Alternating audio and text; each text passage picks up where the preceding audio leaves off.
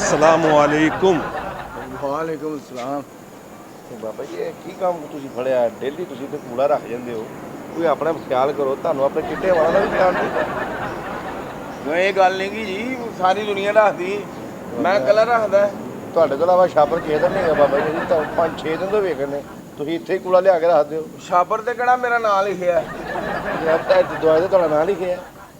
ਯਾਰ ਮੈਂ ਇਹ ਤੁਹਾਡਾ ਦਰਵਾਜ਼ਾ ਹੈ ਸਾਰੇ ਰੱਖਦੇ ਨੇ ਚਾਚਾ ਜੀ अस्सलामुअलैकुम। ਵਾਲੇਕੁਮ ਸਲਾਮ।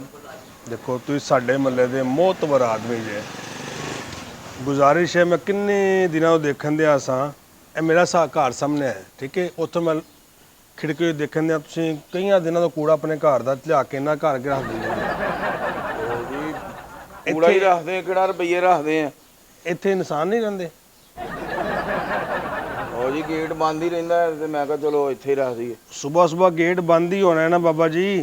अच्छा अगर एक घर वाला कूड़ा चुक के तुहाडे घर दे बूहे अगे रख ले ਕਿਉਂ ਰੱਖੇ ते यही गल मैं कहंदे तुसीं इत्थे क्यों रखो। ਮੈਂ ਤਾਂ ਕਹਿੰਦਾ ਆਫਰ ਜੀ ਨਾਲਾ ਵੀ ਬੰਦ ਹੀ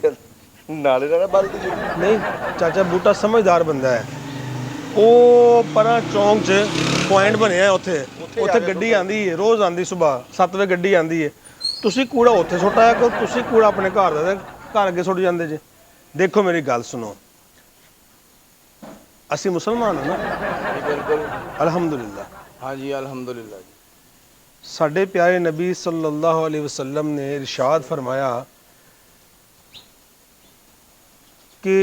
ਚੰਗਾ ਮੁਸਲਮਾਨ ਪਤਾ ਕਿਹੜਾ ਹੈ ਜਿਹੜਾ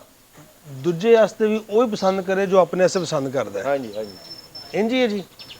ਜਿਵੇਂ ਤੁਸੀਂ ਪਸੰਦ ਨਹੀਂ ਕਰਦੇ ਕਿ ਕੋਈ ਬੰਦਾ ਆਪਣੇ ਘਰ ਦਾ ਕੂੜਾ ਤੁਹਾਡੇ ਘਰ ਦੇ ਬੂਹੇ ਅੱਗੇ ਸੁੱਟ ਜੇ ਇਸ ਤਰ੍ਹਾਂ ਇਹ ਵੀ ਬੰਦਾ ਪਸੰਦ ਨਹੀਂ ਕਰਦਾ। ਇਹ ਮੈਨੂੰ ਮਾਨਾ ਕੱਲ ਵੀ ਲਾਮਾ ਦੇ ਰਿਹਾ ਸੀ ਪਰਸੋਂ ਵੀ ਲਾਮਾ ਦੇ ਰਿਹਾ ਸੀ ਕਿ ਕੋਈ ਬੰਦਾ ਸਵੇਰ ਆਉਂਦਾ ਹੈ ਇੱਥੇ ਮੇਰੇ ਘਰ ਦੇ ਅੱਗੇ ਕੂੜਾ ਸੁੱਟ ਜਾਂਦਾ ਹੈ ਤੇ ਮੈਂ ਉਹਨੂੰ ਦੱਸਿਆ ਨਹੀਂ ਕਿ ਚਾਚਾ ਬੂਟਾ ਹੈ ਉਹ ਮੈਂ ਤੁਹਾਨੂੰ ਮੌਕੇ ਤੇ ਫੜਿਆ ਕਿਉਂ ਕਾਕਾ ਜੀ ਹਾਂਜੀ ਬਿਲਕੁਲ ਰੰਗੇ ਤੋਂ ਬੜਾ ਰੰਗੇ ਹੱਥੋਂ ਫੜਿਆ। ਮੈਂ ਕਿਹੜਾ ਵੀ ਚੋਰੀ ਕਰਨ ਦਿਆ ਇਹ ਚੋਰੀ ਤੋਂ ਭੈੜੀ ਗੱਲ ਏ ਛੋਟੇ ਤੋਂ ਵੱਡਾ ਕੰਮ ਇਹ ਚੋਰੀ ਤੋਂ ਭੈੜੀ ਗੱਲ ਏ। ਯਾਰ ਚਲੋ ਬਾਬਾ ਜੀ ਇਹ ਕੂੜਾ ਚੁੱਕੋ ਤੇ ਉੱਥੇ ਸੁੱਟ ਕੇ ਆਓ ਉਹ ਚੁੱਕ ਲੇਗਾ ਜਮਾਦਾਰ ਉਹ ਜਨਾਬ ਚੁੱਕੋ ਇੱਕ ਮਿੰਟ ਇਸ ਤਰ੍ਹਾਂ ਇੰਨਾ ਥੋੜਾ ਪਿਆਰ ਨਾਲ ਚਾਚਾ ਜੀ ਫੜੋ ਤੁਹਾਡੀ ਇਹ ਕੂੜਾ ਫੜੋ ਆ ਚੁੱਕੋ ਇੱਥੋਂ ਇਹ ਵੀ ਕੂੜਾ ਚੁਕਾਓ ਇਹਨਾਂ ਨਹੀਂ ਉਹ ਨਹੀਂ ਚੁਕਾਣਾ ਉਹ ਉੱਥੇ ਪੁਆਇੰਟ ਬਣਿਆ ਉੱਥੇ 7 ਵਜੇ ਗੱਡੀ ਆਂਦੀ ਹੈ ਕੂੜਾ ਲੈ ਕੇ ਜਾਂਦੀ ਹੈ ਇਹ ਤੁਸੀਂ ਕੂੜਾ ਕੱਲ ਨੂੰ ਉੱਥੇ ਸੁੱਟ ਕੇ ਆਇਆ ਕਰਨਾ ਤੇ ਚਾਚਾ ਜੀ ਹੁਣ ਉਹ ਪੁਆਇੰਟ ਵੇਖਦੇ ਪਏ ਜੇ